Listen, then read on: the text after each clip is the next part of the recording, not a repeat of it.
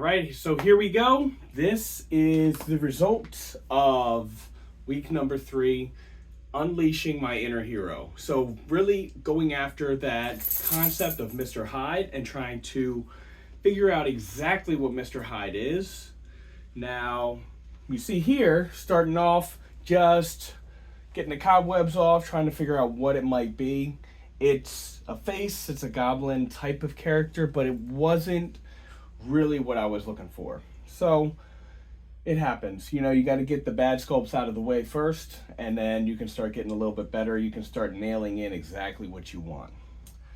Coming into this second sculpt, I went more animalistic creature. I do actually really like this piece. However, it's not a Mr. Hyde to me. It could be another demon, could be another character, but you know, I was feeling things out, trying to go in a direction, and it just wasn't there. So it's a cool character, it just wasn't a Mr. Hyde for me. So then we got this one, my final one, and this is where it kind of came to life, to where it's still kind of cute and creepy. It is more of a child, that inner childlike wonder, that imagination, but still has that grin, that creepy monster type of feeling. And so this is the one that I'm going to take a little bit farther, and we're going to see where I can go with it. Now, the whole concept and the storyline of Mr. Hyde is, you know, we've been battling this demon for paralysis, you know, of just being stuck. And that really resembles a lot of society, a lot of the world just kind of pressing us down. And so when I think about Mr. Hyde, I think, what if Mr. Hyde wasn't actually the monster, but we've been told that he's the monster? What if Dr. Jekyll was that lab coat, that version that society put on us? So Mr. Hyde was just that you as a kid, was just you growing up, becoming the person you were supposed to be, becoming you, the unique version of you. And then society said, you know what? That art is fun, but you know, that's a hobby. That is an elective. That's a side quest. You know, you got to focus on math. You got to focus on this subject, you know. And then, you know, as you go through, you're told to do that stuff less and less. You get all these responsibilities piled up on top of you. And then at one point, they start putting that lab coat on you. You know, they're told, oh, you should be a doctor. You should be a nurse. You should be, you know, you should be a lawyer. You should be this. And they start telling you not to start looking for what you actually want to be or do in your life, but what box do you want to fit into? So do you want to be in this specific job, or this specific job, or that specific job? Not saying, what do you like doing? Can we find an area to where all of those are used? They say, here's what we got, check a box. And so what I wanted to do with this is to get back to unleashing that creativity, because every single one of us is creative.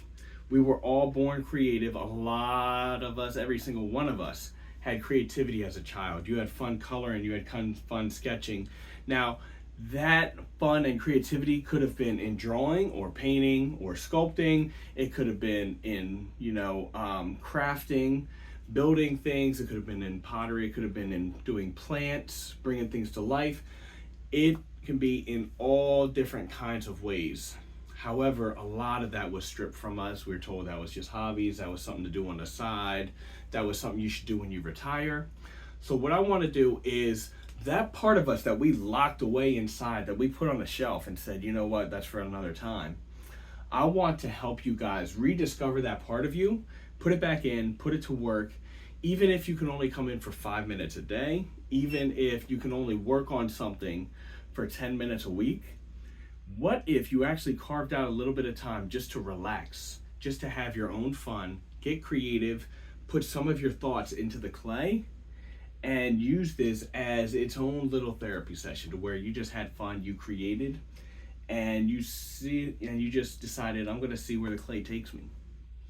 And then, you know, what if you decided to kind of come along with me on this journey as we go on this hunt, and hunting down these personal monsters that we have inside of us. And every single time, we are also going to find a special hero that is going to help bring us to life too.